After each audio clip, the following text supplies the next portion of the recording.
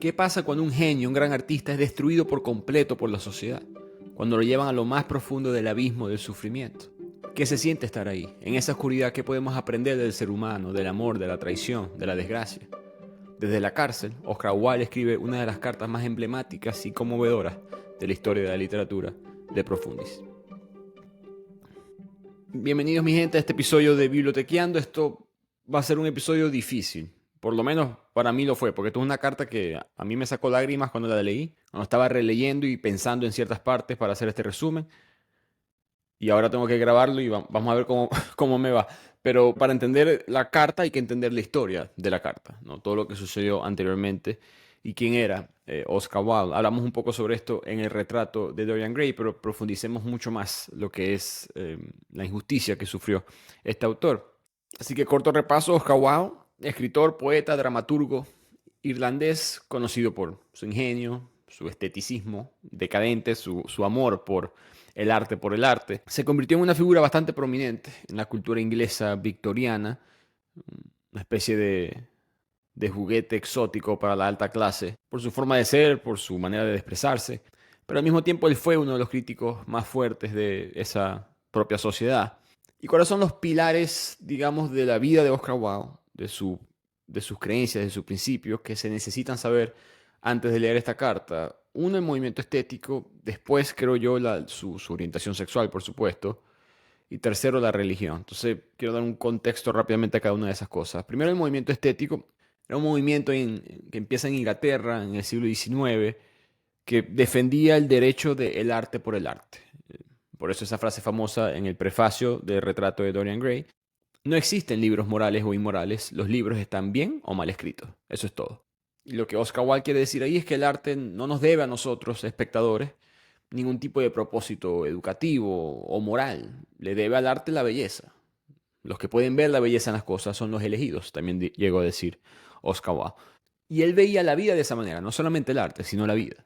El poder disfrutar, caer en un manjar de placeres, para él era una forma artística de vivir la vida. Por eso que el retrato de Dorian Gray tiene esos elementos, ¿no? Dorian Gray va a poder disfrutar la vida al máximo siendo un joven de 20 años físicamente, o que parece de 20 años físicamente por una gran cantidad de tiempo.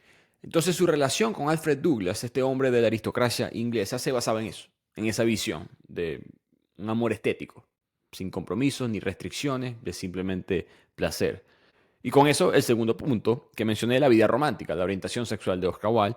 Oscar Wilde estaba casado con mujer y con hijos, pero era un hombre gay que tuvo distintas parejas a través de su vida. Se reporta que este hombre que mencioné, Alfred Douglas, es el que introduce a Oscar Wilde al mundo clandestino en la época de la prostitución masculina. No fue la primera relación homosexual de Oscar Wilde, aclaro, pero fue la primera que lo llevó quizás a los placeres estéticos que mencionamos en el primer punto. Ahora, el padre de Alfred Douglas, Douglas Queensberry, odiaba a Oscar Wilde por distintas razones. Por supuesto, por quién era una.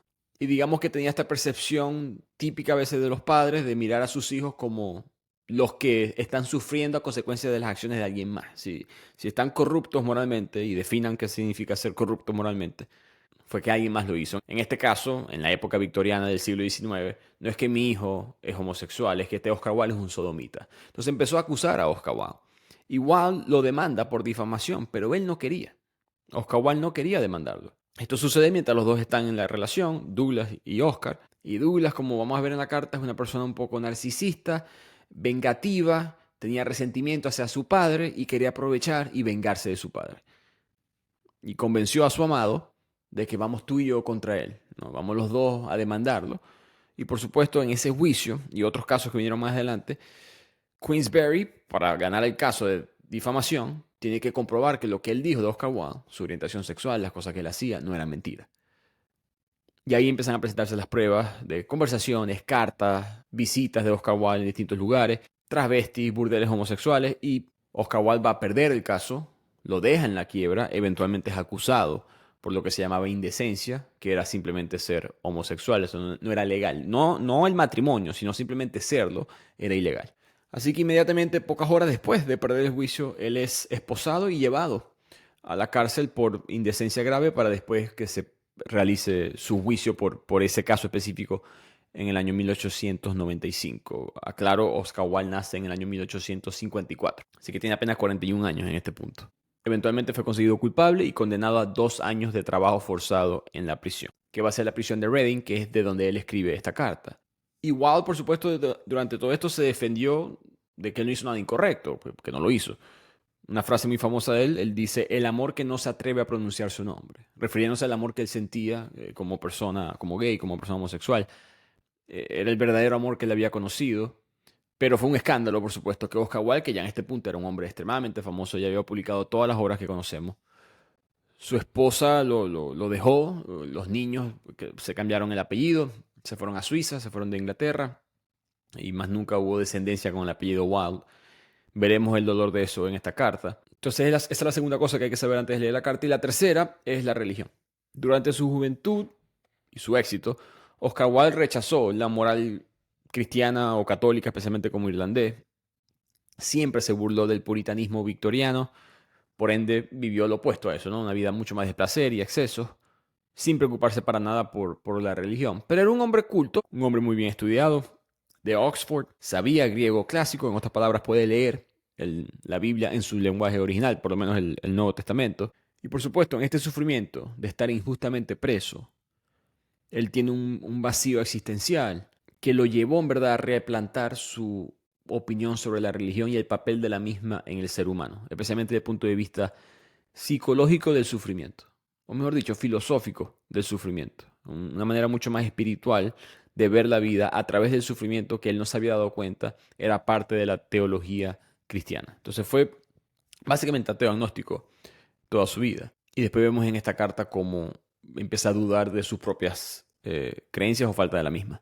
Él escribe esta carta entre enero y marzo de 1987, en otras palabras, unos pocos meses antes de que él fuera liberado de la prisión. Ya tenía casi los 2 años preso y yo creo que él escribe esa carta porque necesitaba expresarse y bueno, perro ladra, gata maulla, escritor escribe. Y fue su forma de procesar su dolor, su caída social, lo que le sucedió y de expresar su transformación de una manera u otra. Ya claro, esta carta no es del diario personal de Oscar Wilde, de él para él mismo. Esta es una carta escrita para Alfred Douglas, para su amado, para su enamorado, para el hombre que lo convenció de demandar a su padre, que eventualmente pone al autor en la cárcel. Y lo que hizo Oscar Wilde fue que salió de la cárcel cuando es liberado y le entrega el manuscrito a Robert Ross. Y Robert Ross, excelente persona, me pareció a mí durante esta historia, fue amante, se dice que fue el primer amante de Oscar Wilde, pero también fue un leal amigo y albacea de Wilde. Ya 5 años después de la muerte de Wilde es que Ross publica o trata de publicar la carta al resto de nosotros, de los lectores.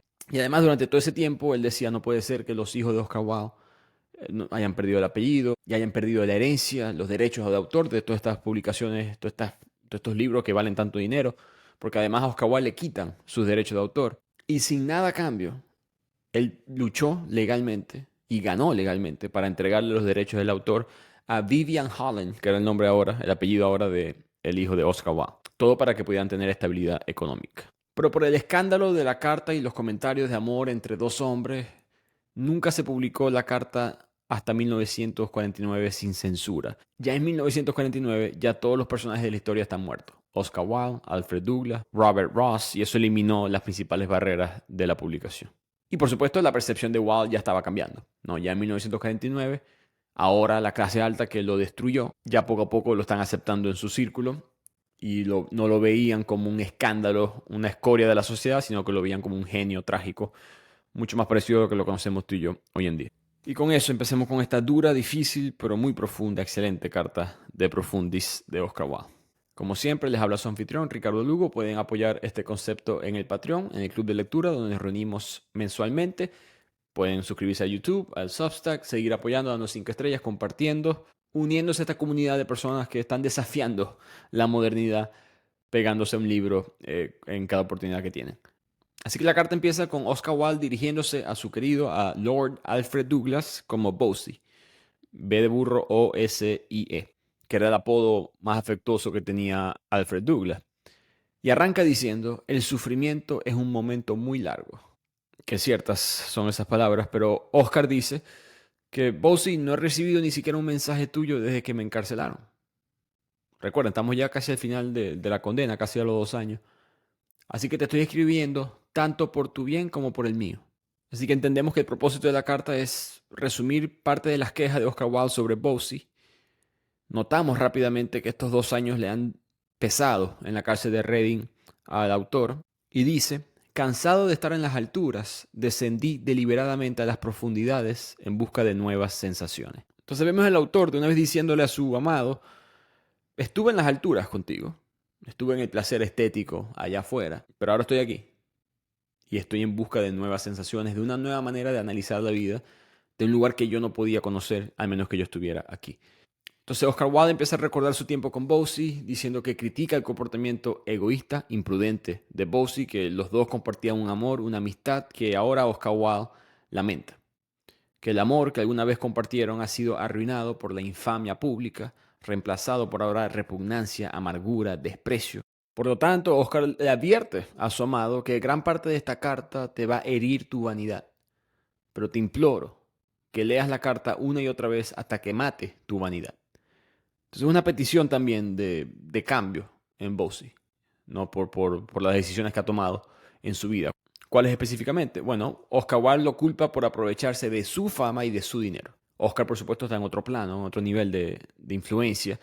Y Bosie es el que convenció a Oscar Wilde de gastar grandes cantidades de dinero en exceso para gastos que el propio Oscar Wilde caracterizaba como frívolos, incluyendo comidas elegantes, hoteles en la suite más caras, viajes, juegos de azar, dice el autor. Con tal posición, con tal reconocimiento, con tales posibilidades ante mí, me dejé dominar en alma y cuerpo por ti. Y aquí Oscar Wilde empieza a recordar la felicidad que él sentía cuando cenó en un lugar de muy bajo precio junto a su amigo Robert Ross, que lo llama Robbie. Y es algo que quizá Oscar Wilde no había visto en La Libertad, que los grandes placeres de la vida son cosas sencillas, que el dinero no los puede comprar. Como un viaje de conciencia de Oscar Wilde, dándose cuenta con quién estaba yo. Creo que todos hemos pasado por eso. Salimos de una relación, maduramos un poco, miramos hacia atrás y decimos con quién estaba yo y quién era yo también, ¿no? Ambas cosas. Wilde empieza a describir a Bosie como perezoso, sin ambición, que requería de demasiado mantenimiento emocional y, como también vimos, financiero. Wilde como persona y como artista sufrió, ya que él no podía crear en soledad. Yo soporté constantemente el abuso emocional de ti. Así que lo empieza a culpar por la eventual bancarrota. Oscar Wilde va a terminar totalmente quebrado y con esta perspectiva de la sociedad de una degradación ética de su persona, que por supuesto le pesó y por supuesto lo llevó, como vimos, al sufrimiento, ¿no? Esa primera frase: el sufrimiento es un momento muy largo. Y de una vez te da esa sensación de que no he salido del mismo, estoy en él. Sin embargo, Oscar Wilde, siendo honesto a sí mismo, él dice: me culpo a mí mismo por esta desaparición de mi arte, afirmando que yo era demasiado débil para negarte a ti cualquiera de tus deseos. Ya claro, antes de que alguien entienda mal, porque a veces en los resúmenes se puede perder un poco el contexto, Oscar Wilde no está arrepentido de ser gay, está arrepentido de la situación que tuvo en esta relación, de la dinámica que hubo entre él y Bosie en distintos aspectos. Pero para nada, ni debe estarlo, arrepentido de ser quien es él. Y es muy curioso esta parte en la carta ahora. Él menciona a la mamá de Bosie, que me disculpan, pero yo no sabía el nombre de ella antes de grabar el episodio de El retrato de Dorian Gray. El nombre de la madre es Sybil, Sybil Montgomery. Sybil es el mismo nombre de la novia del retrato de Dorian Gray, que los que no han escuchado el episodio o no han leído el libro, no voy a arruinarles, pero ahora tiene sentido porque conectó esos nombres. Pero Oscar Wilde recuerda que la madre de Bosie ya le había advertido a él, hace años, hace un par de años exactamente, que cuidado con mi hijo, de que mi hijo es muy vanidoso, de que mi hijo no sabe manejar el dinero. Pero aún así, Oscar Wilde critica a la madre de Bosie. No vio esa conversación o esa dinámica entre ellos como una especie de amistad o de apoyo emocional, lo opuesto. Él sintió que ella, en vez de disciplinar a su hijo, simplemente trasladó la responsabilidad de ella como madre y de su esposo como padre a Oscar Wilde. Oscar no sentía que era un apoyo verdadero, sino que simplemente era una manera para ella de sentirse menos culpable por la estabilidad o falta de la misma emocional que tenía su hijo. La relación se convirtió tan tóxica que los amigos de Oscar Wilde empezaron a decir: tienes que irte de esta relación y tienes que irte del país. Como que aléjate de este hombre lo más que puedas. Estuvo de acuerdo, hizo caso, pero de repente la esposa de él recibe un telegrama de parte de Bosie. La esposa no sabe lo que está sucediendo. Hay también debate sobre eso, si ella sabía que su esposo era gay, sobre su sexualidad. Las parejas para mí siempre saben de que sospechaba, pero no hay evidencia en verdad de que sabía exactamente o que había aceptado quizás psicológicamente la realidad. ¿Qué había en el contenido de ese telegrama que le envía Bosie a la esposa de Oscar Wilde, a Constance? No se sabe exactamente. Se cree que era una especie de soborno o una especie de pista a lo que estaba sucediendo, una manera de asustar a Oscar Wilde para que volviera con él, de extorsionarlo. Aún así, Oscar Wilde se negó a verlo, se mantuvo firme, pero después Bosie empezó a amenazar a Oscar Wilde diciendo que se iba a suicidar si no volvían juntos. Igual que también lo amaba, que lo seguía amando, no pudo con esa noticia y volvieron en la relación. 2 días después de eso, Oscar Wilde está sentado cenando con Bosie y los consigue cenando juntos el padre de Bosie, Queensberry. Y Queensberry le envía una carta a su hijo insultando a Oscar Wilde, preocupado por su hijo, preocupado por esta desviación o posible desviación moral que tiene este hombre. Y ahí Bosie como que se pone firme de que vamos a vengarnos, demandemos a mi papá. Ahí es que empieza ese problema. La realidad es que Bosie tenía una relación bastante abusiva y enfermiza con su padre. Por supuesto, también no podía admitir que era homosexual. Y hay intercambios, hay cartas, reportes de comentarios muy crueles entre ambos. Entonces él está muy obsesionado, bastante obsesionado con que encarcelaran a su padre. Y pensando que podía ganar este caso, utilizó a su amado como una especie de ficha para vengarse de su padre. Por eso Oscar Wilde escribe: ahora me doy cuenta, en ti el odio siempre fue más fuerte que el amor.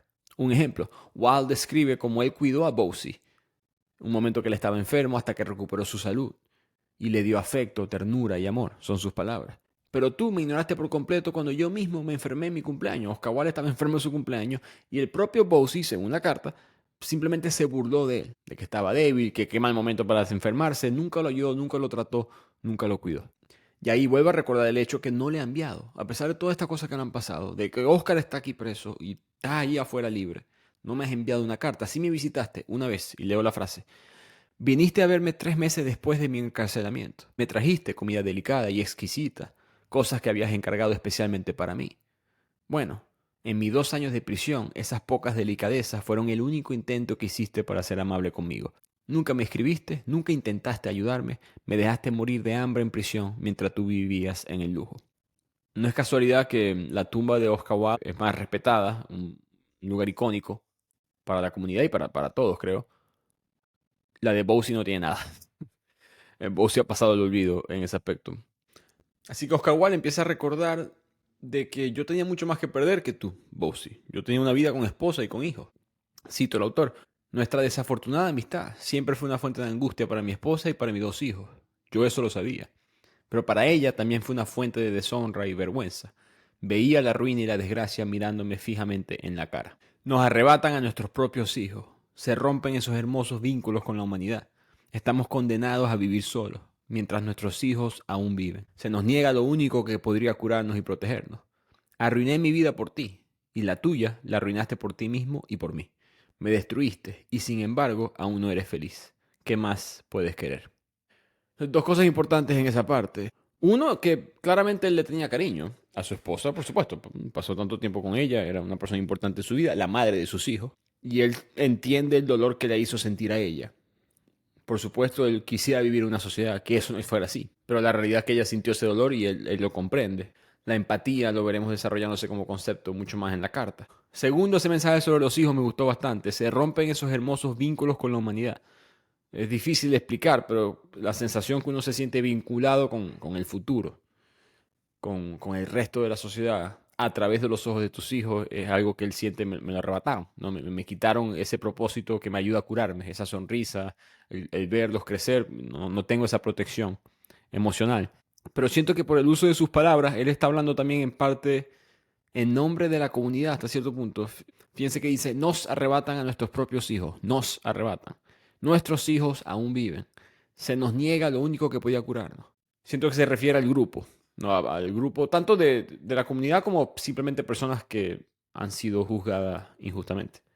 Pero continúa en la carta Oscar recordando el sufrimiento personal y de los suyos sobre este suceso. Él escribe sobre el dolor de ver a su hijo deshonrado, que envió a la madre de Oscar Wilde a una tumba temprana. Esta historia es muy triste y es una parte que más me pegó. La madre de Oscar Wilde trató de visitar a su hijo. Ella le quedó el corazón quebrado, como nos dijo el autor, cuando vio que su hijo no podía ahora estar con sus nietos. Y ella ya estaba sufriendo de bronquitis y otros problemas. No tenían dinero, habían perdido todo en el juicio. Oscar Wilde queda totalmente pobre. No hay ningún tipo de apoyo social para ella además, ¿no? Todo el mundo ve a Oscar Wilde como una especie de piraña ética o moral. Ella se mantuvo en contacto con su hijo en cartas y ahí ella dijo, ok, lo voy a ir a visitar, me rechazan la petición y eventualmente, sin poder visitar a su hijo, ella fallece. Oscar Wilde afirma en la carta que él supo el momento exacto en el cual ella murió, porque se le apareció ella en la cárcel. Él dice que él tuvo una visión de ella dentro de la cárcel de Reading y ahí fue que él dijo, mi madre ha muerto. Y ella fue la influencia literaria de su hijo. Ella era poeta y fue una gran defensora del arte, de la cultura. De hecho, tuvo esa influencia estética en Oscar Wilde y además el nacionalismo irlandés. Su nombre era Esperanza, con S, sin la E. Esperanza Wilde era su nombre artístico. Si quieren leer sus poemas, pueden hacerlo. Oscar Wilde se entera oficialmente que ella murió porque su esposa, decentemente me parece a mí, viajó hasta la cárcel para avisarle en persona que su madre había fallecido. Oscar Wilde gastó el poquito dinero que tenía para poder pagar su entierro, no pudo pagar una lápida, por lo tanto ella fue enterrada anónimamente. Nunca se sabrá exactamente dónde fue enterrada. Pero esa visita de la esposa de Oscar Wilde le hizo a Oscar Wilde que le doliera más aún que Bosie no había venido. Porque por él estar en la prisión no ha perdido todo tipo de vínculo previo con las personas de su vida, ha perdido lo que él había logrado personalmente, su derecho de autor, su biblioteca, sus libros, su hogar, su arte. Él continúa con ese pensamiento y dice, olvidé que cada pequeña acción del día a día crea o destruye el carácter y que por lo tanto lo que uno ha hecho en la cámara secreta algún día tendrá que gritarlo en voz alta en el tejado. Dejé de ser el dueño de mí mismo, ya no era el capitán de mi alma y no lo sabía. Permití que el placer me dominara, terminé en una horrible desgracia. Ahora solo me queda una cosa, la humildad absoluta. Entonces vemos a Oscar arrepentido no de exactamente de lo que hizo, sino de cómo lo hizo, de cómo se alejó, cómo se convirtió en un ser ajeno a él mismo. Cito la siguiente frase, si bien veo que no hay nada malo en lo que uno hace, veo que hay algo malo en lo que uno se convierte. Es bueno haber aprendido eso. Muy buena esa frase, ¿no? No es el hacer algo lo que te hace una mala persona, es si te conviertes en una mala persona. Entregarte al placer, ¿qué importa? O sea, homosexual, heterosexual, todo en el medio es irrelevante. Pero te deja convertir en un esclavo del placer. Ese es el problema.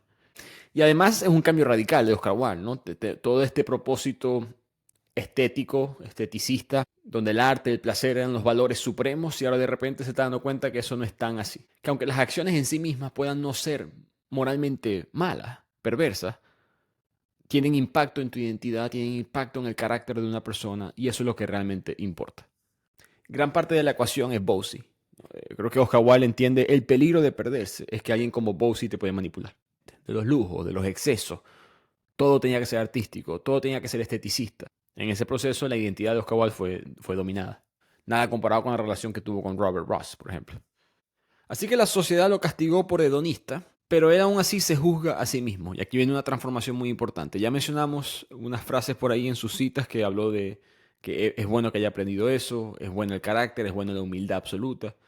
Empezamos ahora a ver un cambio que va a ser la segunda parte de la carta, que va a ser mucho más filosófica y teológica, porque va a tratar de buscar a Oscar Wilde en toda esta situación entender lo que es el sufrimiento humano. Por terrible que fue lo que el mundo me hizo, dice el irlandés, lo que yo me hice fue mucho más terrible aún. Donde hay dolor, hay un lugar sagrado. Algún día la gente sabrá qué significa eso. No sabrán nada de la vida hasta que lo hagan. Que es a lo que se refiere Borges en su poema Un Cristo en la Cruz, que lo mencionamos en el podcast, en un episodio de ese poema.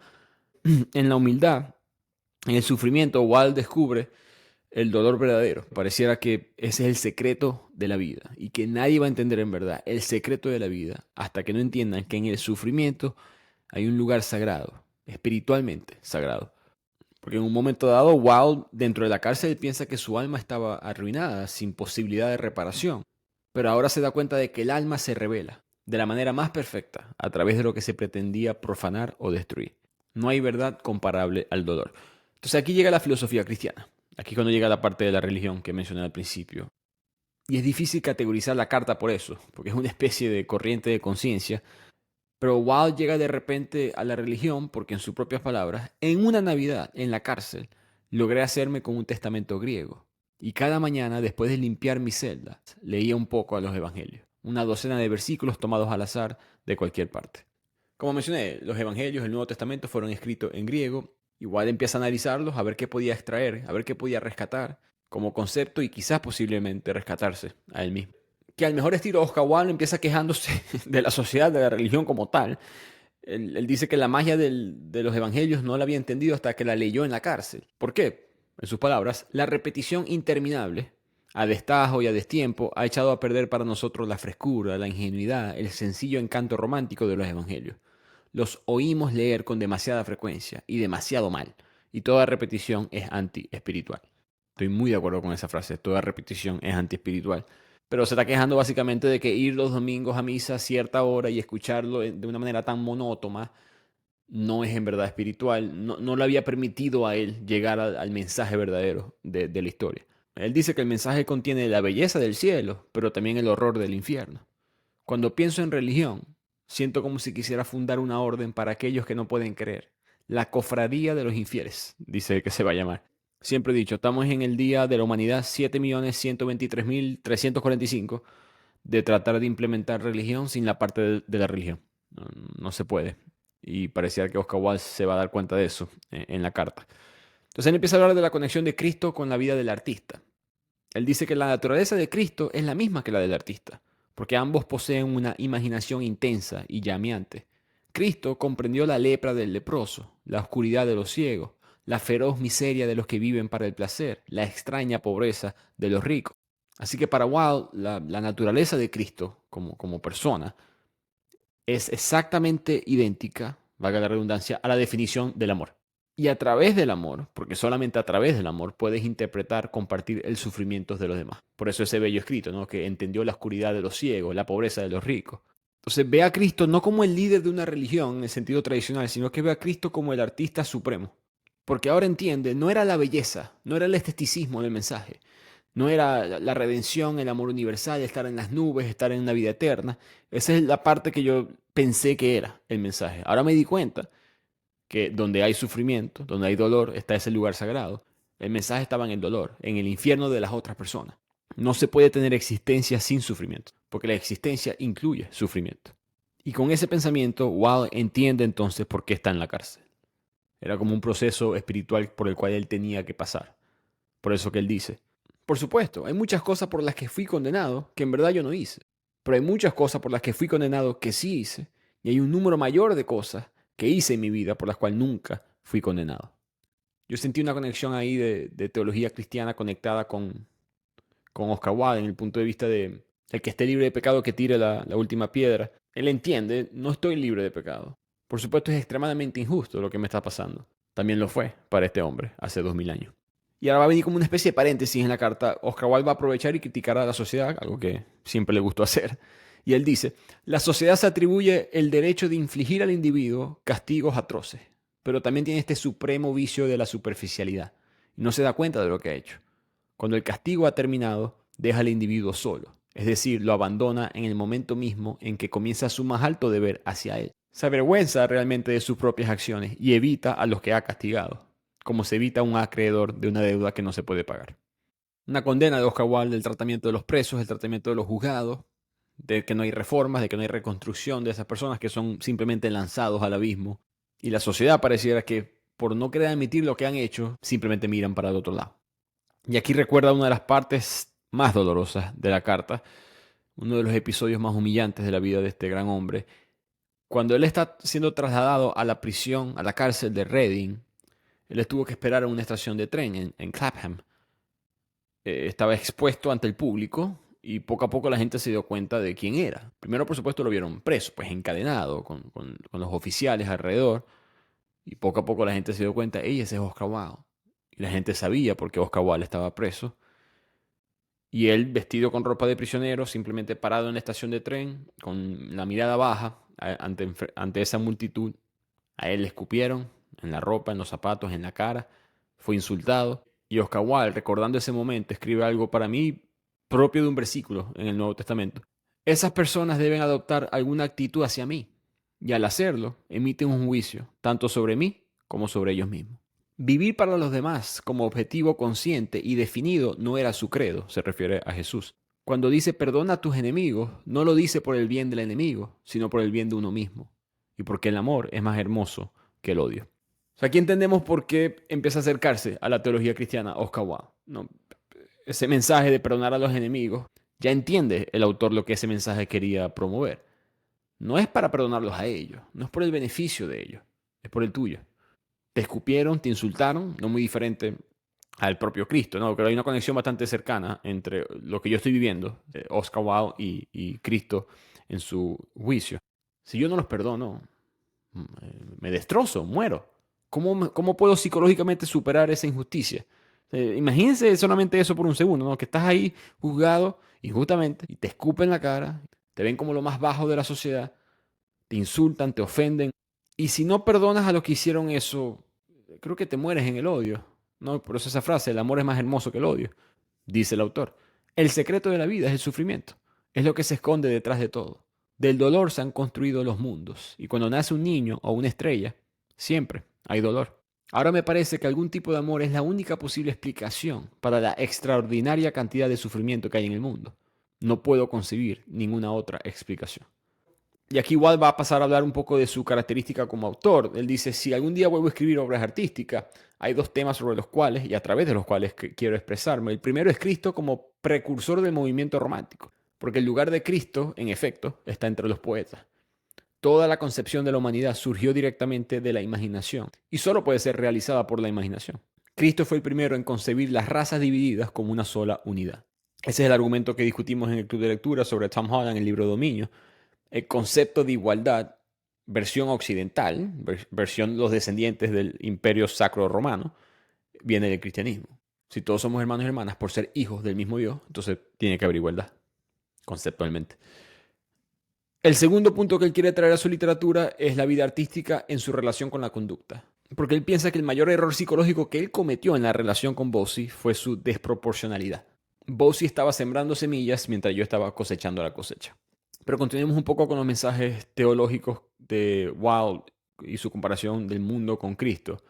Él dice, Cristo siente compasión, por supuesto por los pobres, por los que están encerrados en las cárceles, por los humildes, por los desdichados, pero siente mucha más compasión por los ricos, por los hedonistas empedernidos, por los que malgastan su libertad convirtiéndose en esclavos de las cosas, por los que visten ropa delicada y viven en casa de reyes. La riqueza y el placer le parecen tragedias mucho mayores que la pobreza o la tristeza.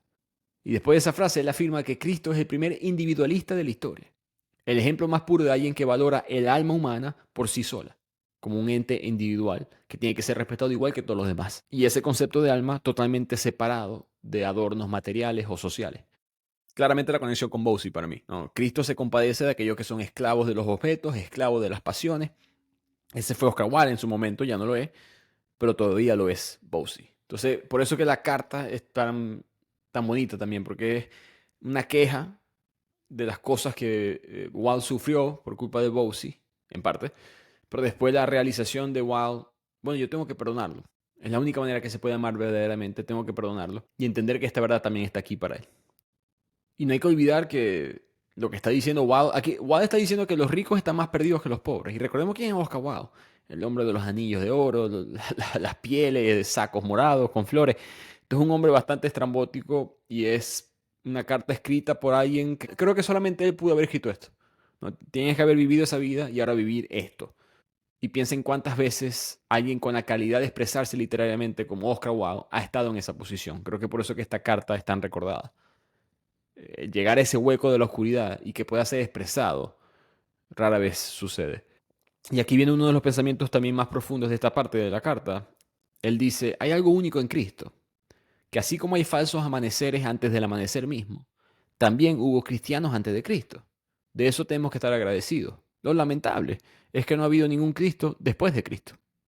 Es un pensamiento un poco también más político, porque Oscar Wilde ya está promoviendo ese pensamiento de abandonar la pobreza. De hecho, más adelante él dice, hago una excepción, San Francisco de Asís, santo católico, abandonó la riqueza, vivió en la pobreza extrema, predicó el amor puro, la compasión, sin hipocresía. Entonces Oscar Wilde se identifica ahora con ese estilo de vida y está promoviendo, por supuesto, la religión no a través de la institución, sino la humildad, el sacrificio, el amor incondicional y separarse de los bienes materiales. León Tolstoy llegó a una conclusión muy similar, en paralelo casi a Oscar Wilde. Continúa la carta criticando el materialismo de la sociedad victoriana. No iba a dejar pasar a la sociedad victoriana en esta carta. Él dice, un hombre cuyo deseo es algo separado de sí mismo, por ejemplo, ser miembro del parlamento, un tendero exitoso, un abogado prominente, un juez o algo igualmente tedioso, invariablemente logra ser lo que quiere ser. Ese es su castigo. Quienes quieren una máscara deben usarla. Que es un mensaje que aplica mucho para nosotros, especialmente en la época de las redes sociales y la imagen que uno quiere promover o proyectar. Eso es una máscara. Y el castigo va a ser eso, vas a tener que usarla ahora. Hay ejemplos mucho más profundos que este, pero tengo que expresar este porque es el más, supongo, personal reciente. Que ahora veo a personas de mi círculo que me ven diferente con este concepto de bibliotequeando. Y a veces me pregunto, ¿me ven diferente porque me ven diferente o es que me puse una máscara? No, porque ahora saben que tengo esa máscara. Ahora soy el chamo de los libros. Ahora tengo que comportarme acorde. Y ese es el castigo. Tienes que usar tu máscara. Tiene que ser una máscara mucho más espiritual, lo que te está diciendo Oscar Wilde. No puede ser material. No puede ser de un deseo separado de ti mismo. Y aquí recuerda nuevamente a las personas que se burlaron de él, especialmente en esa estación de tren. Y él dice, ahora empiezo a sentir más pena por la gente que se ha reído que por mí mismo. Por supuesto, cuando me vieron no estaba en mi pedestal, estaba en la picota. La picota, por si acaso, es una columna de piedra. Exponían públicamente la cabeza de los ajusticiados o los reos. Pero dice Oscar Wilde, un pedestal puede ser algo muy irreal. Una picota es una realidad terrible. He dicho que detrás del dolor siempre hay dolor. Sería más sabio todavía decir que detrás del dolor siempre hay un alma, y burlarse de un alma que sufre es algo terrible. Y con eso ahora él entiende los mártires del cristianismo. Él nunca había entendido por qué entregaban voluntariamente ese sufrimiento, muchas veces sus vidas a través de la historia. Vimos esa larga lista en el libro del Evangelio según Jesucristo de José Saramago. Todos esos mártires, mujeres que le cortaron los senos mientras estaban vivas para dejarlas morir desangradas, hombres que fueron aplastados. Todas esas atrocidades, él solamente veía eso, pues atrocidades. Él explica. No se les olvide que el mártir, prendido en llamas, puede estar mirando el rostro de Dios.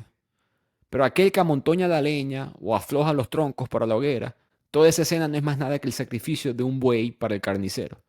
Las grandes pasiones son para los grandes de alma, y los grandes eventos solo pueden ser vistos por aquellos que estén a la altura. Pasamos al final del viaje de conciencia que tiene Wilde en esta carta y él dice, para quienes están en prisión, las lágrimas son parte de la experiencia de cada día. Un día en prisión en el cual uno no llora es un día en el cual uno tiene el corazón duro, no un día en el que uno tiene el corazón feliz. Y aquí vuelve a recordar a Bosie y le dice, mi carta es sincera. Resume sus quejas nuevamente, pero también expresa el deseo de volver a verlo. Espera poder viajar a un pueblo costero después de salir de prisión, porque el mar lava las manchas y las heridas del mundo. Escribe que espera encontrarse ahí con Bosie para que puedan reconciliarse y salir de la experiencia como mejores personas. Sí, estamos en el abismo del dolor, pero para la humildad no hay nada imposible, y para el amor todas las cosas son fáciles. Y con eso termina la carta. Ahora después de explicar bien el nombre, De Profundis. De Profundis, Robert Ross decidió ponerle ese nombre. Es una referencia al Salmo 130 de la Biblia, si lo quieren buscar, que comienza con las palabras en latín, De profundis clamavi a te domine, que significa desde lo profundo clamo a ti, Señor. Excelente elección del título, porque eso es lo que es parte de la carta. Me imagino a Robert Ross llorando leyendo esta carta y diciendo, mi antiguo amado, un amigo fiel que yo tengo, Oscar Wilde, sufriendo todo esto, está en lo profundo de la oscuridad y consiguió una luz. Y Robert Ross, que también era un hombre culto, se acordó de este salmo y por eso le puso el título de Profundis, que se traduciría a desde las profundidades, desde lo profundo. Es una súplica, es allí que se encuentra en la desesperación, en la redención. Nuevamente, excelente la elección de ese título. ¿Qué pasó después de que Wilde saliera de la cárcel? Bueno, Wilde salió de prisión en el año 1897, se reencontró con Bosie en Francia, pero la relación continuó siendo bastante inestable, tóxica, destructiva. Discutían constantemente, especialmente por dinero. Bosie lo seguía amenazando al padre que le iba a quitar la herencia. Bossy no se atrevía entonces a vivir con Walt porque no quería perder sus privilegios pues materiales, hedonistas. Walt se mantenía en la relación, pero eventualmente no pudieron más y se separaron. 3 años después, a los 46 años de edad, en su cama, Walt está bastante enfermo y le llega Robert Ross. Y Oscar Wilde le pide a su ex amante, a su amigo fiel, que por favor llamara a un sacerdote católico a su lado. Wilde fue bautizado, recibido oficialmente en la iglesia católica. Él fue absuelto, recibió los últimos sacramentos. Pocas horas después falleció a los 46 años de edad. Siempre me dolió mucho la vida de él. No sé por qué siempre me ha pegado, pero siempre me pareció muy, no sé si es la injusticia, el ser atacado, escupido, te genera ese sentimiento de impotencia. No sé si es que no pudieron ver el genio, el arte que tenían enfrente, la frustración de no ver esa belleza. No sé si son las frustraciones de las ideas de la época. No sé exactamente si la combinación de todo eso. No sé si es que yo soy, ustedes me conocen, yo soy ateo, yo, agnóstico, supongo oficialmente, pero entiendo los mensajes que él dice. Yo leo mucho de teología, pues la teología tiene su espacio. Y no sé, sentí que en ese hueco que él estuvo hemos estado todos de una manera u otra. Él pudo llegar más hondo que todos nosotros y nos regaló su enseñanza. Pues. No es que hay que convertirse o algo por el estilo necesariamente, sino creo que ese mensaje es muy válido. ¿No? El sufrimiento importa demasiado en el alma del ser humano. Hoy en día veo demasiadas decisiones que son tomadas para evitarlo. En uno de los episodios que hablamos de Byung-Chul Han, del filósofo, hablamos de la algofobia, que es el miedo, la fobia al sufrimiento, que es algo muy prevalente en la sociedad contemporánea, ¿no? Y se toman decisiones de ese estilo, ¿no? La gente evita relaciones a largo plazo porque eso va a doler. La gente evita quizás conversaciones incómodas porque pueden doler. El concepto de la censura digital, que por supuesto es un tema mucho más político, pero es otra manifestación de la algofobia que tiene la sociedad moderna, dice el autor. Eso mezclado con la cultura o los medios que tenemos a nuestro alrededor, utilizando un poquito de materialismo histórico, la cultura de gratificación instantánea, eso no deja espacio, ¿no?, para la introspección. Nos convertimos más frágiles, menos resilientes, menos seres humanos. No conocemos el sufrimiento. Y no aprendemos nada del sufrimiento. No hay espacio para sufrir. No hay tiempo para sufrir. Te sientes incómodo por un segundo y te distraes con algún tipo de dispositivo digital. O con algún tipo de medicina. O con algún tipo de gratificación inmediata. En las crisis emocionales hay muchas enseñanzas. Y esa es una de las grandes enseñanzas de Profundis. Y de la vida de Oscar Wilde en general. Termino ese mensaje y este resumen con una frase de Oscar Wilde, mi preferida, de la carta. Detrás del dolor siempre hay más dolor. El dolor, a diferencia del placer, no usa máscara. Muchísimas gracias por escuchar. Episodio, como les dije, difícil de grabar, pero feliz de que ustedes puedan aprender esta historia de este gran autor. Nos vemos la próxima semana en otro episodio de Bibliotecan.